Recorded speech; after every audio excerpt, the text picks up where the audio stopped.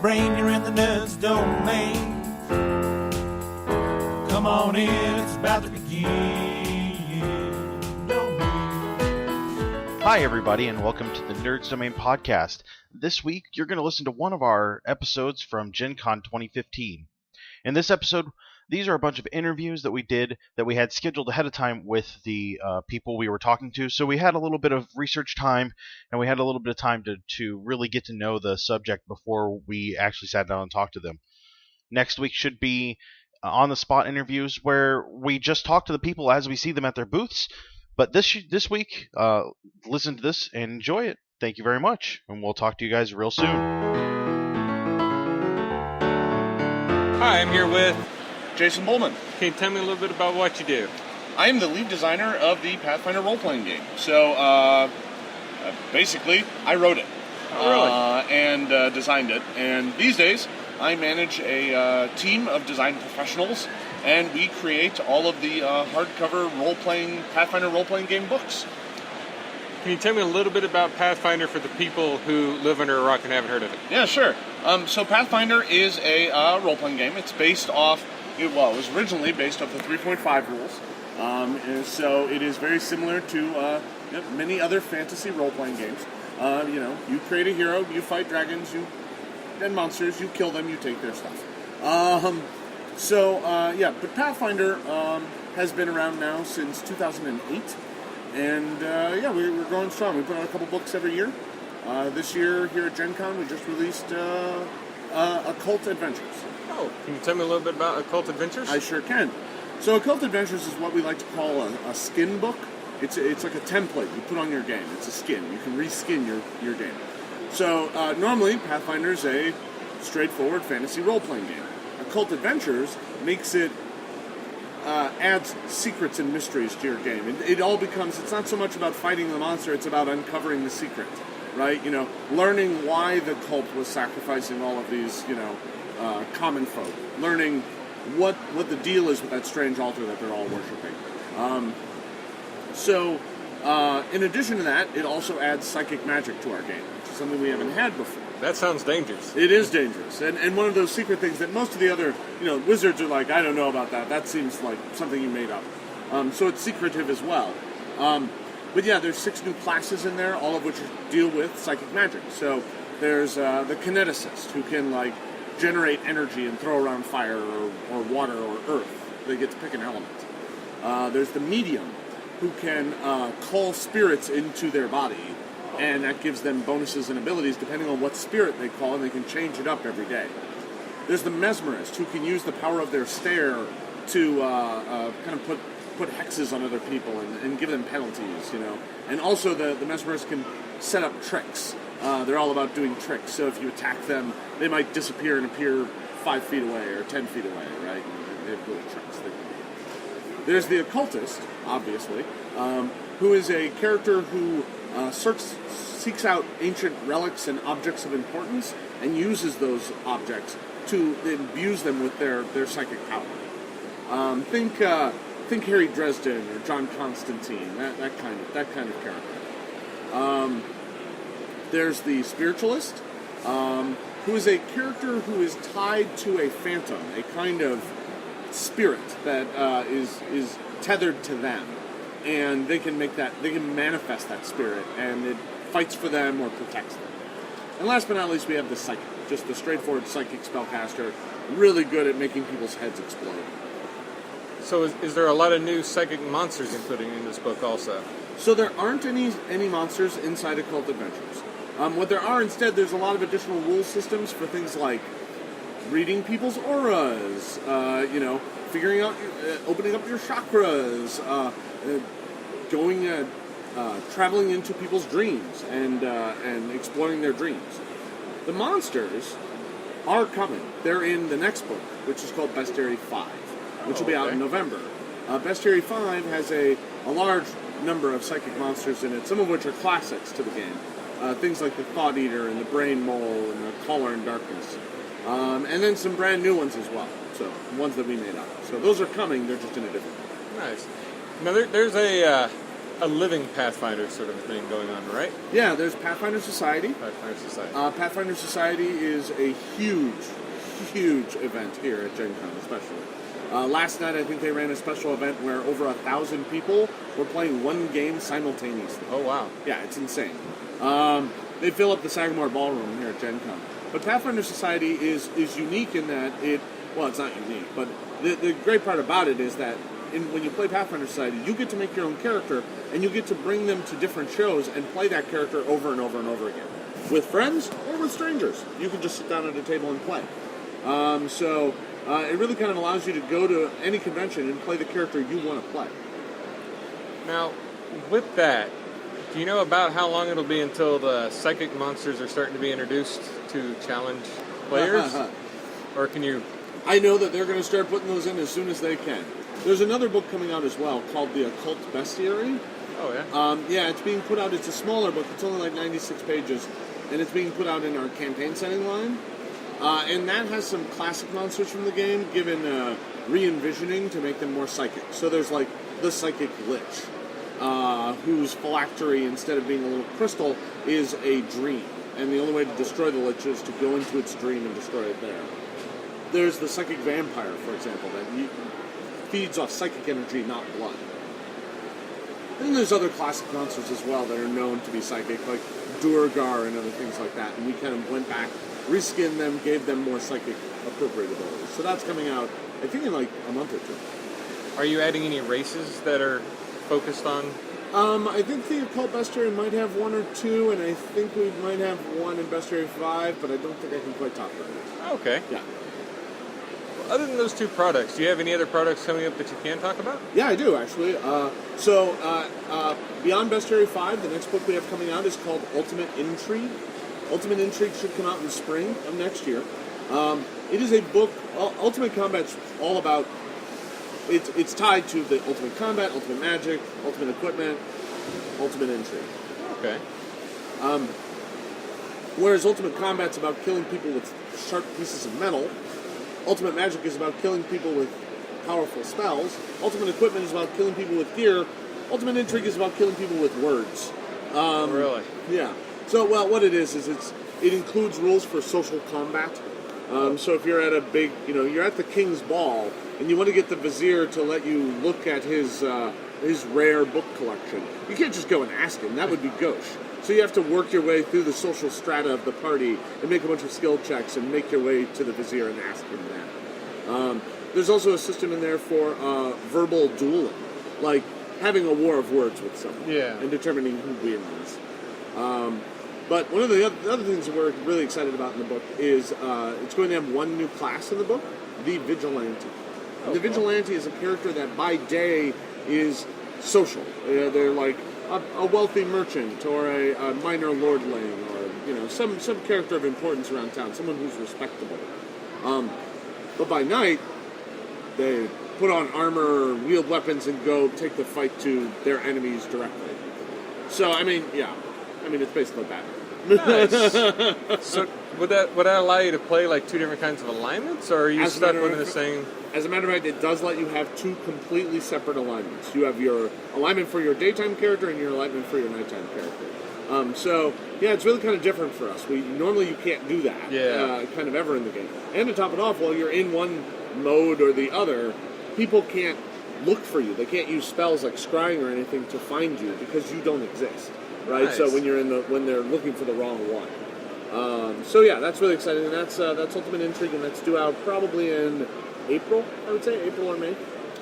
And then here at the show, we just announced next summer's hardcover book, which I can't talk too much about, but I can give you the name and the basics. Yeah. It's called Horror Adventures. Oh, that sounds interesting. So, like Occult Adventures, this is another skin book, and the entire point behind this is so you want to run a game that's all about horror. Well, we got you covered. And it's going to focus on a lot of different kinds of horror, too, not just kind of classic gothic horror. It's going to have Lovecraftian horror. It's going to have things about body horror, where things are going wrong with you. It's going to have a lot of different kinds of subsystems. It's obviously going to have rules for sanity, insanity, and madness to add those to your game. We already kind of have that, but we're really going to flush them out. And one of the other things we're really excited about that's going to appear in Horror Adventures is a new system called Corruption, in which your characters can slowly become corrupt.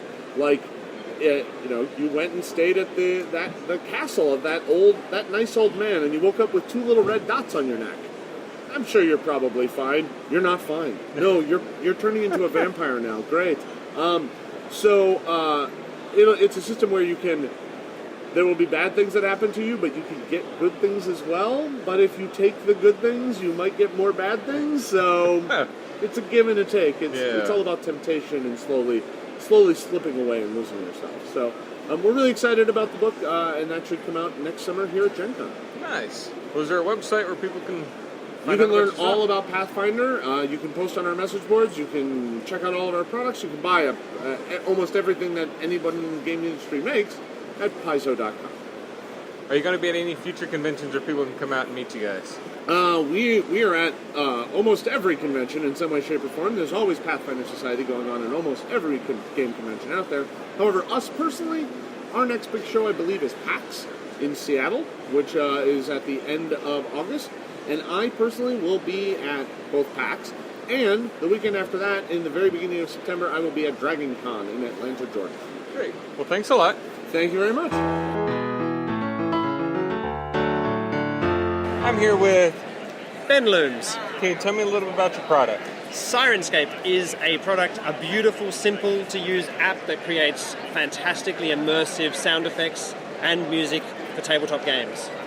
Can you tell me a little bit about the thought process in coming up with an app like this? Yeah, I was using audio at my table like lots of people are doing, trying to manage playlists, trying to find audio files and set them off, finding it was becoming more and more difficult to manage and taking attention away from the players, and wanting something that created a really realistic, naturalistic environment, whether that environment is a spooky dungeon where something just howls disturbingly in the distance every now and then, or if that environment is a dragon eviscerating people and flambeing them and smashing buildings. So Syrinscape will do both of those environments, and it's not just a recording, like some of the fantastic recordings there are around.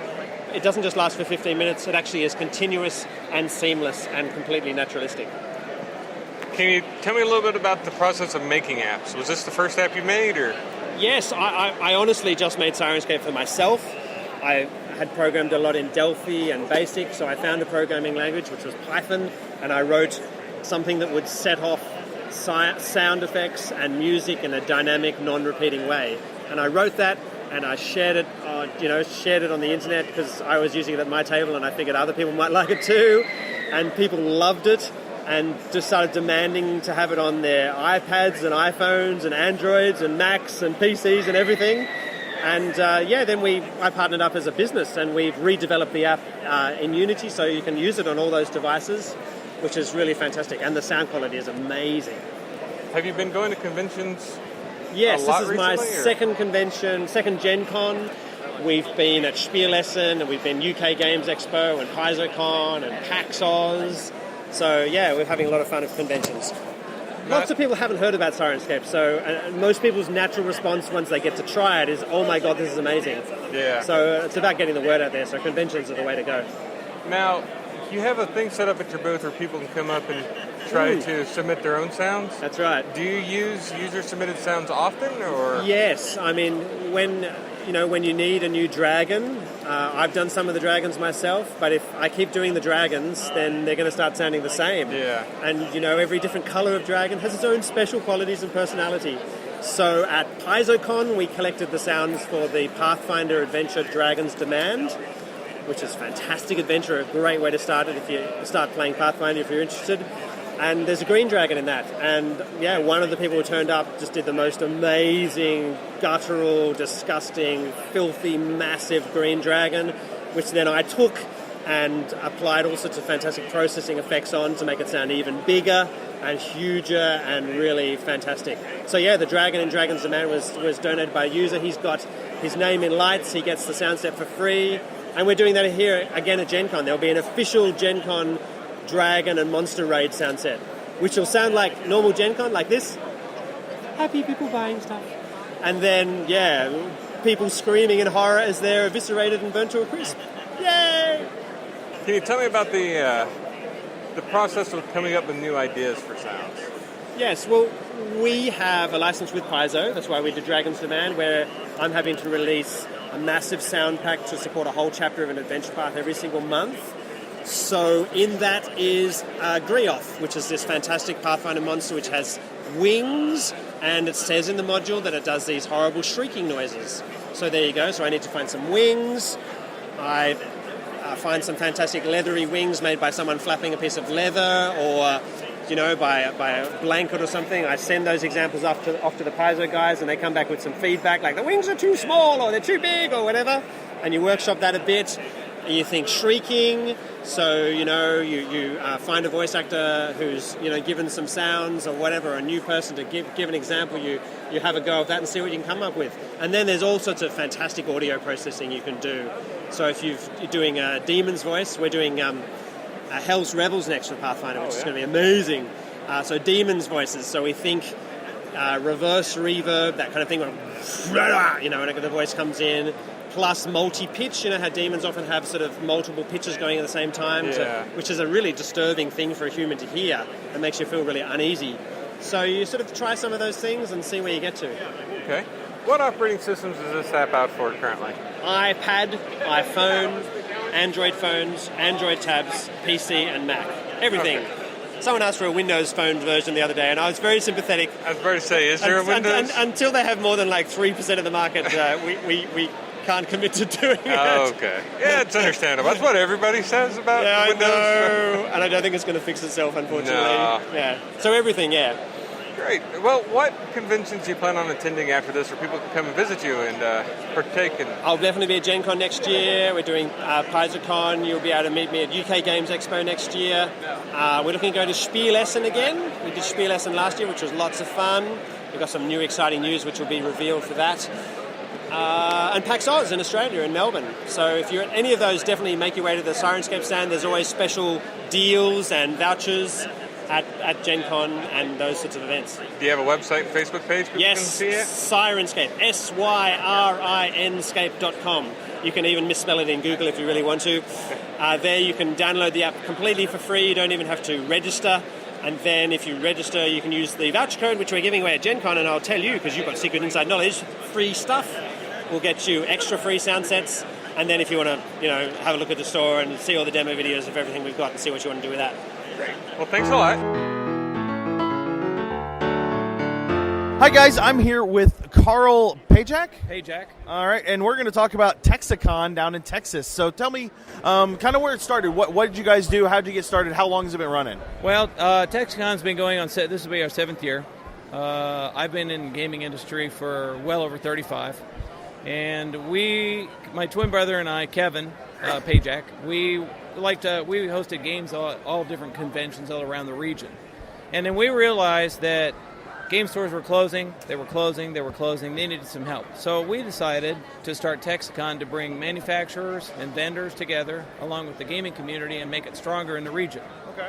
So we're approaching the 500 mark for attendees now. Okay. And we have several unique things that we offer at Texicon. We have a kids track on Saturday mornings from noon to 6. And what we do there is we allow big brothers, big sisters to come in, anyone in the organization, for free. Okay. We work with Jonathan's Place and Buckner's, and those are foster care and abused children. We allow those people in for free.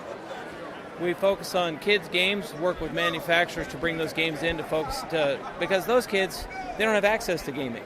Okay. And they need access. Yeah. I'm working on and am becoming successful with building another pie. I'm bringing the deaf community in. So I went out and I'm 2 years ASL, and I'm going to try and finish off and get my ASL, certification or whatever. So you're looking for people who don't necessarily have a place to go. Well, we're looking for regular gamers too. Absolutely, but you're also including that. Well, everybody always says, "Oh, this is the pie. There's 100 people in this pie, and this is the piece of the pie I want. I want a piece of this pie." Well, bake another pie. Yeah. So ASL, they're not involved in gaming. Get the kids involved. They don't have access to it. Bring them in. Maybe someday when they're older and they're in a better situation, maybe they'll be gamers. Yeah. Keep bringing these people in. There's a widower community in the Fort Worth area, and I'm working on, and someday it'll happen, bringing them in to run dominoes and stuff. Not charge them. Just, hey, come on in and teach these younger kids what you do. Yeah. Whether it's mahjong or domino. So I think there's a place for everybody, whether it's non-gamers or the family gamers. And our focus this next 3 years is gaming is educational. So we're trying to reach out to the teachers. I bring in professors. They give seminars, lectures. Yeah, absolutely. The whole thing. We focus on education, like painting classes and how to be a better GM. I've worked with some of the local theater groups to bring in professional actors to give classes on how to act, and so we do a lot of really unique things. Cool. And so this, you said last week of June, is that right? Yes, it's always the last weekend in June. Okay. And one of the other things that we do is each year we select, if they're interested, I'm sure they will at some point, select a company to have a focus on. They don't have to be there at all. And what we do is that's our manufacturer's, track. Yeah.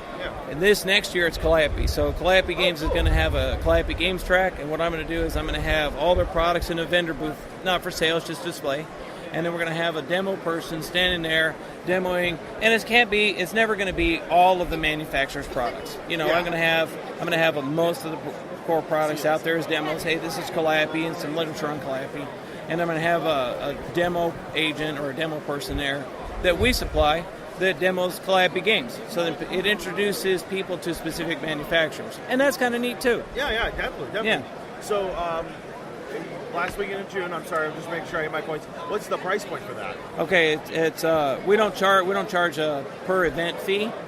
So it's just $50 for the day, for a whole weekend, or $30 a day. Okay. And you're going to be down in the Dallas-Fort Worth area, is that what you said? It's there at the Hearst Convention Center, but if anybody will tell you that it's the DFW Metroplex, they're wrong. It's really the Fort Worth Dallas Metroplex. Fair enough.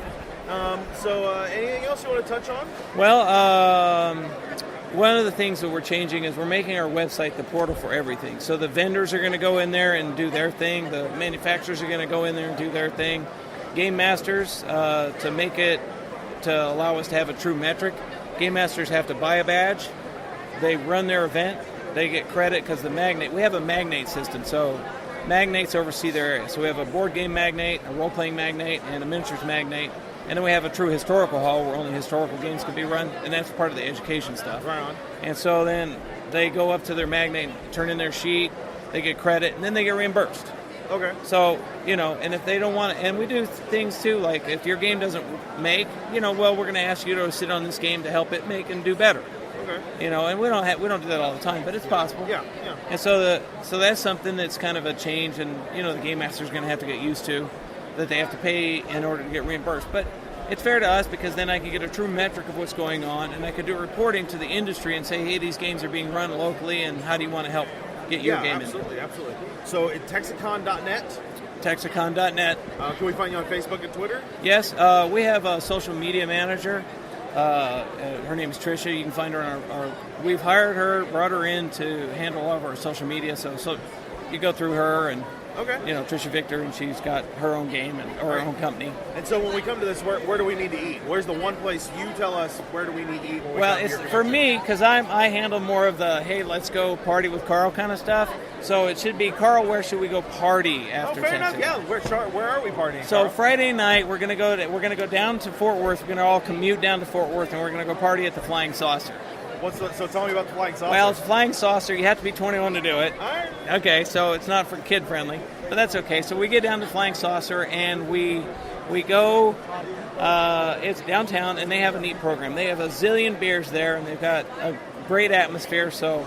But what we do is we go and we kind of carve out this little niche. And I usually end up being the server girl. So I go get beers and bring people, beers, and we talk and chat and talk about gaming and how to make it better. And we don't do any diving into pools or, into the goofy stuff. But we have a really good time, and then we build a community that way. Yeah. So the people that, some people don't want to. They want to just play games, and that's fine. But the people that want to, hey, I really got to know you this time. Maybe we do that at the Flying Saucer party. And this year it's Flying Saucer. Maybe it won't be next year. Right on. This last year it was at the pool, and I passed out, so don't tell anybody. Because you were tired. Hey, wait, serious, Totally don't tell anybody. You were tired. Cut that out. We don't want people to know. Anyway. Okay, so last weekend in June, 2016, down in Dallas, Fort Worth, Dallas area. Sounds like a great Texicon. Sounds like a great little con. Now, Matt, can I expect you to be at the show? You can expect us to show interest in being in this show. I see. It's one of those I'd like to be there. I'd love to be. I'd see, love that's to go to all. every That's convention, right. And but- see, and Texicon's on your radar. You can book it, Well, put it in the plan. And Hey, now that I know I have family in town, that makes it way easier. See, there you go. You can There just say, you hey, go. I'm going to come stay with you. Is that cool? And I know my uncle will be like, yeah, whatever. Yeah, come on in. So, right on. All right. Well, thank you very much. Hi, everybody, and welcome back to the Nerds Domain podcast. I'm here with Tony. Pronounce your last name for me. No, I want to hear what you say. DiTerlizzi? DiTerlizzi. That was close. If we were in Italy, it would have been DiTerlizzi. Yeah, it's not as bad as some of it. We had some Swedish people on. And, How'd that go? They were mouthfuls, just their names, and they laughed and laughed. And they said that was close enough. So That's good. It's good. So you are an artist. Yep. And you've done art for years. Probably everybody's seen your art, just not familiar with that you as the artist. It's possible, yeah. I think when you play a lot of games, a lot of people will marvel at the art, but they didn't always read the credits to see who's the one that's drawing them. And so you've been an artist for how long now? Well, I've been drawing since I was a kid. I got my first professional work right out of art school in '92, working for TSR, and I worked on Dragon Mountain was the first box set that I worked on. Followed by the AD&D Monsters manual, the first color monster manual. Yeah. And then I worked on Planescape, which is probably where a lot of your listeners may know my work. And I worked on Planescape for most of the 90s and then went into Magic the Gathering before I left and switched gears to become a children's book author and illustrator. Okay, and so you've been doing that for a decade now? Children's books? Yeah, I started in 2000 with my first picture book, Jimmy Zhang Wow. And I continued doing some of the gaming stuff into the 2000s, but it just got so busy. And kids' books, to be honest with you, were always what I wanted to do. It's what I dreamed about. But I was a big gamer and was since I was a kid. And so I was really happy to be able to work in games for all the years. Yeah. And AD&D Monster Manual, that's a good start, right? It's a fantastic start. And then your art is very iconic for Planescape. I mean, Planescape has a very weird beauty to it. And that's key to the system or the setting. Yeah, well, I mean, a couple unusual things happened there, man. I mean, they had specific artists that they were looking at for inspiration. Yoshitaka Amano was actually one of them. Piranesi, who was a guy, like an old Italian 15th century engraver who did these beautiful drawings of ruins and stuff like that, and he was a huge influence. And they had staff guys working on Planescape.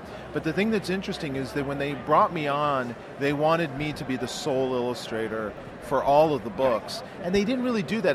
They did it with Brahm a little bit on the Dark Sun campaign, but this was a lot of work. It was a lot of color work. And so on one hand, I was absolutely so super excited. Yeah. And on the other hand, I'm like, oh my God, this is so much work. But I had a great time. Absolutely.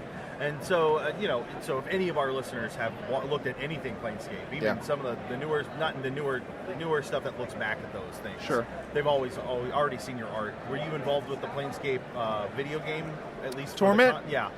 They looked. The team at Torment was involved. Colin McComb, and Colin McComb was a game designer at TSR, and then he left and worked on the video game. And I believe that they referenced a lot of the artwork that I did and some of the game designs that were put into Torment. So it was amazing to see the stuff, transformed into, moving animated characters. Yeah. So moving forward, you've done children's books for a decade. Yeah. Are you still doing that? Is this still something you're pursuing? Is that still something you're enjoying?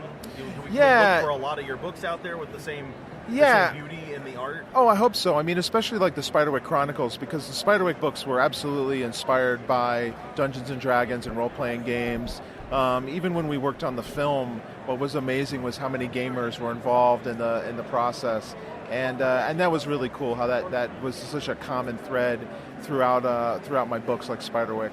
I'll continue to make books. I'll always want to tell stories. Absolutely. And so, from right now and how it's been, children's books has been the place because I think I'm just a big kid at heart.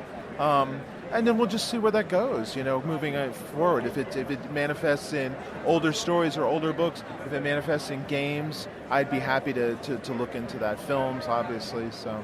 And as an artist, primarily, even though you are an author, Yeah. you see things, I'm sure, in a much different way than just a standard author that then looks at art. Yeah, when I worked with Holly Black on Spiderwick, she often talked about that. She's like, I can see stuff, but you can just, it's in your brain and you just put it out. I think a great author they paint with words. Yeah. And so the best writers they can evoke amazing visuals. That in some ways is a struggle, because I'm tempted to be like, well, should I wax on about a scene or what a character looks like, or should I just draw it? Yeah. And so the great thing about children's books is there's room for illustration, so I can kind of do a little bit of both. So did you see that vision in your head translate well into the screen? They did a really great job translating the visuals of Spiderwick into the film. I thought they really did a nice job. Jim Bissell was the production designer on that, and he really dug in deep. He's worked with Steven Spielberg on a lot of his films, and we had Industrial Light and Magic do a lot of the monsters. Phil Tippett from Star Wars fame did a lot of the monsters. I mean, come on, these guys they're huge. They're legends. Yeah. So I was very, very excited to see what they would do and how they would interpret it. And it's one thing to get it to work in 2-dimensional in a book. It's another thing to build it in 3 dimensions, have it running and moving and stuff like that. Really great. Yeah, absolutely. And so, looking at your past, you now have something that just came out from Dark Horse to kind of compile a lot of your past artwork. That's right. And that's available now from Dark Horse. I didn't get a chance to look. The title, Realms, Realms, the role-playing game art of Tony DiTerlizzi. Yeah, Dennis Kitchen and his partner John Lind have Kitchen Sink Books, an imprint at Dark Horse, and they had approached me about doing an art of book, and I was kind of like, oh, you want like 80-year-old Tony. 80-year-old Tony will do an art of book. He's not ready to do a book that kind of looks back on my career. But they were so interested in the role-playing stuff and the aspect of that, and they were like, how much of that would you put in an art of book? And I'm like, maybe a chapter's worth. And they were like, we think there's enough here to do a full-blown book just on the beginning of your career. And so we started looking at the art, and sure enough, I felt like there was a lot of nice stuff that we were able to put in there. And so it just came out. It chronicles my work right out of art school to really the final years that I worked on stuff for Magic the Gathering. And then on top of it, I went back and redid some of my favorite pieces and monsters and characters from the years that I contributed to Planescape. Excellent. And so that's available now from Dark Horse. Yep. I assume at local comic book stores. Comic book stores and bookstores everywhere and online. Yeah. Yeah. Do you know the price point on that one? It's, I believe, $39.99. And so it's out. It's available. And a lot of that's going to be full color as well. The whole book is full color. I believe it's over 200 pages. Like I said, we rescanned all the artwork. Excellent. So it's at gaming books, as much as I love them, are not known for high production values when it comes to reproducing art. So this was a chance to really be able to see the artwork as it looks in real life. As intended. Yeah, yes. That's excellent. That's excellent. Anything else that you've got coming out soon? Another book, and are you working on some art for something? Well, I was really excited. On top of this, Dark Sword Miniatures launched a DiTerlizzi Masterworks edition of miniatures that they just did a Kickstarter, and the miniature line will be launched in September. So if you get a chance to pop by the booth, they've got some of the painted ones there. They did a really great job. Some really top-notch, legendary sculptors like Tom Meyer and Dave Summers, and they did a fantastic job. I'm really happy to be working with those guys. Excellent. All right. So, we want to make sure our listeners can connect with you. Where can we find you online? Facebook, Twitter, website? Yeah. My website and I do blog occasionally is at DiTerlizzi. That's my last name, DiTerlizzi.com. And I'm on Twitter, same name, just my name. Okay. And Facebook, the same thing, just my name. Excellent. And so you're here at GenCon. Where are you headed to next? What's your next convention? Where are we looking at? I've been traveling a lot, so I'm going to take the rest of the summer off and re-energize a little bit, spend some time with my family, and then this fall I'll be at New York Comic Con. Okay. I'll be there. I did a picture book adaptation of the Star Wars movies for Lucasfilm, so I'll be there promoting that in anticipation for Episode 7, and I'll be there promoting Realms. Okay, all right. Anything else that I missed or you wanted to touch on? You covered it, man. It's great. Well, thank you very much. Thanks for having me, Matt. Hi, I'm here with Brian Katzel with Warpo Toys. Can you tell me a little bit about your product? Warpo Toys makes a product line called Legends of Cthulhu, which is kind of an artisanal or role-playing approach to making an action figure. we have done like a reimagining if a toy company back in the 70s or 80s had picked up the property, picked up the works of H.P. Lovecraft and turned it into a large-scale toy property with action figures and coloring books and all the kind of stuff that you would have had back during that era. Yeah. I've heard you use Kickstarter. Yeah. How well did that work out for you guys? Fantastic. Yeah, it was really good. I mean, it takes a lot of work, and luckily we had Jenny Bendel to do our PR for us, you know, and you've got to push traffic there. But when we did our Kickstarter last year, like right around this time, I think it was the perfect time to launch an action figure line on Kickstarter. There were, I think, 6 or 7 other action figure lines that had either come out right before ours or was coming out at the same time. Yeah. Which at first we were a little disappointed on the timing of how that worked, because we're like, you know, is everybody going to buy all of these, you know? But it really worked out well, because I feel like we all kind of fed on each other, and like some blogs were posting, you know, about this whole new era of boutique toys on Kickstarter and launching, you know, action figure lines. So, and also, Kickstarter had been around long enough where there was a ton of resources online where people were writing how to do a successful Kickstarter, and, you know, the 10 things to do when you want to make $100,000 in 10 days on Kickstarter, all that kind of like those type of blog articles that you can educate yourself on and be prepared for, you know, because the worst thing is trying to learn it while you've got a Kickstarter going on, you know, so you know, it was a success for us. I mean, it really built up our tribe of followers really quickly. You know, we did. I think we made our goal in the first 72 hours, and then we made over 220% of what we were actually looking for. So financially it worked, but we like it even more from a marketing and PR approach, because where can a small toy company have a rallying place, you know, where it's got a beginning, middle, and end, you know? It's like it's this one point where everybody can kind of come together. You can try and do it at your website, but it's difficult, you know, it's tough. So yeah, kind of builds a community. Yeah. Would you have any advice for somebody wanting to start a Kickstarter? Yeah, I would say, for one, you know, go out there and look at those articles that I'm talking about. Do all the research you can. I really learned a lot from Tim Ferriss's articles. That he had kickstarted, or maybe he worked with somebody to kickstart the Soma water filtration system that they did on Kickstarter, and there was a lot of great information on, you know, all the preparation that you should do, and get your PR and get your media all in line before you launch the Kickstarter. Don't just think that you're going to put it out there and people are going to just find you. You know what I mean? Yeah. Like it costs money, but or, you know, to either hire a consultant to help you with that PR, or just your own time to really reach out there and try and get a hold of as many people as possible. But like, that's crucial to get the word out there, because people aren't just going to find you. You know, it's difficult.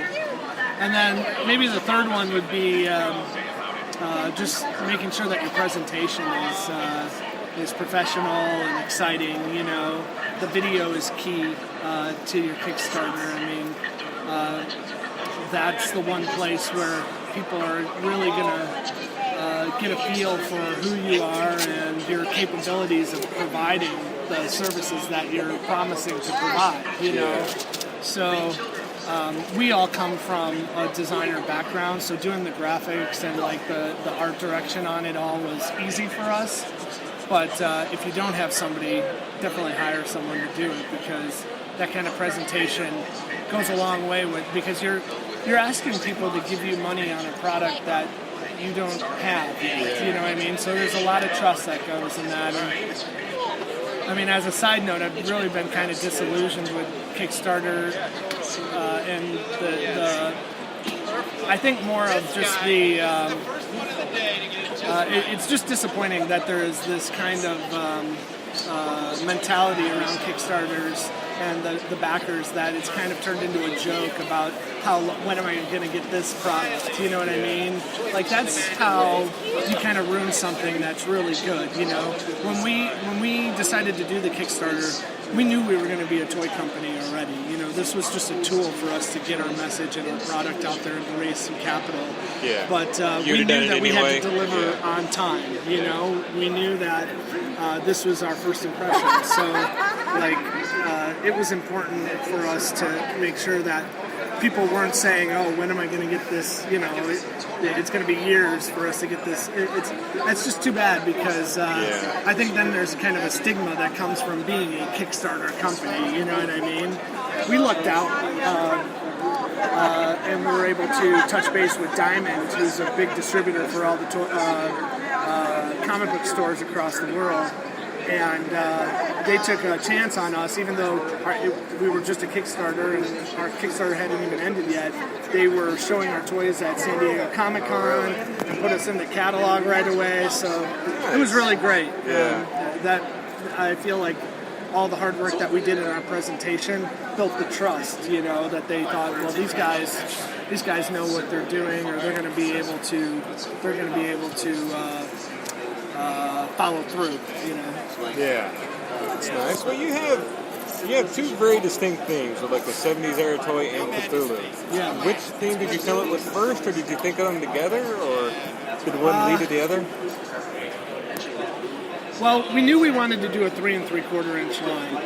So, and that was most popular, of course, in the 70s and 80s. So I would say that the format kind of came first, you know. But H.P. Lovecraft and Cthulhu has been like embedded in our world, you know what I mean, as fans for a long time. And I guess they kind of both came at the same time because, you know, you got to consider, you know, your capabilities and being able to produce something before you really come up with what the idea is. But right at that time, and maybe even before we committed to doing a 3 3/4 inch figure, I had been following Sandy Peterson's Kickstarter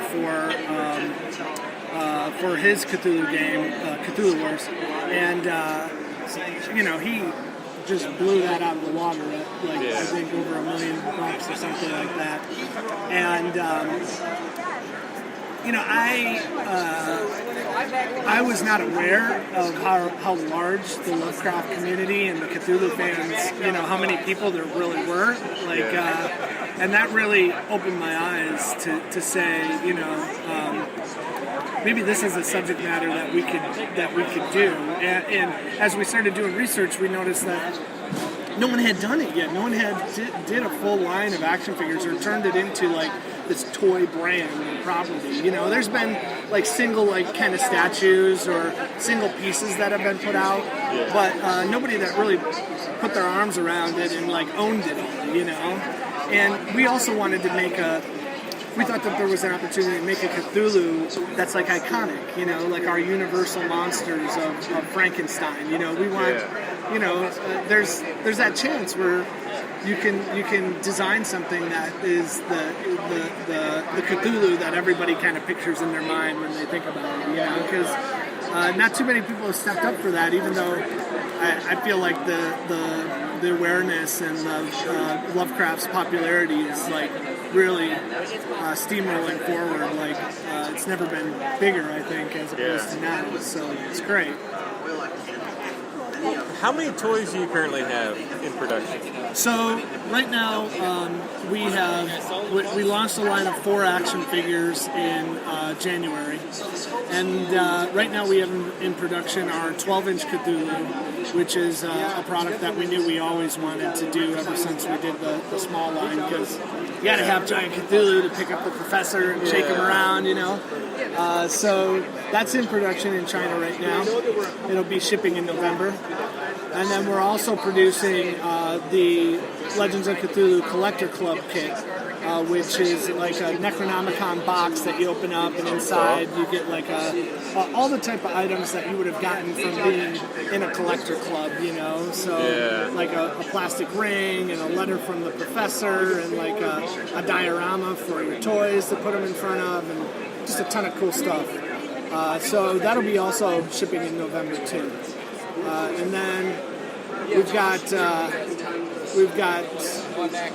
2 new properties that are in the works in the background that we're not manufacturing at this time, but are doing the initial production on, or product development on. The first we'll be announcing in November when we do our new Kickstarter, and then the second we'll be announcing in early 2016. And then we also have committed to making Wave 2 of Legends of Cthulhu, which will be coming out in 2016 also. So we're exhausted. Yeah, sounds like you got a lot of stuff coming out. Yeah, for sure. Well, we want to, we love the concept of kind of role-playing through making retro toys. We want to apply that to different platforms, different categories. It's not always going to be 70s, We could do something from the middle 80s or the early 90s, depending on, the concept and where it can fit. Yeah. Is there going to be any other conventions you're going to be at anytime soon where people can come see your product? Our product will be kind of moving around with Diamond. So they'll be at New York City Comic-Con. And then I think that's all that we've got really planned for the rest of this year. And then we always do C2E2, and we'll always be doing GenCon, of course. Okay. Well, we are currently at GenCon. Have you done a booth at GenCon before? This is our first time as exhibitors. We just launched the company early last year. Like I said, we've been attendees, but we're excited to be vendors for the first time. It's a little early, but how are you liking the experience on this side of the booth? Love it. We've been packed. It's been super busy. My throat is already getting hoarse, which is scaring me, but because it's only been, like you said, just a few hours. So.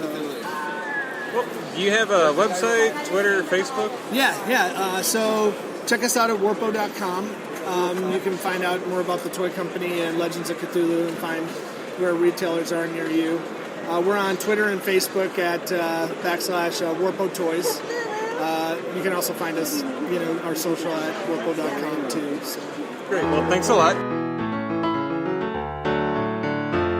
All right, guys, that'll do us tonight for the Nerds Domain podcast. You can always find us over at Facebook and Twitter. You can email us at nerdsdomain@gmail.com. You can head over to iTunes and give us a 5-star rating and let us know what you think there. And you can find our shirts over at /Loot, and we will talk to you guys real soon.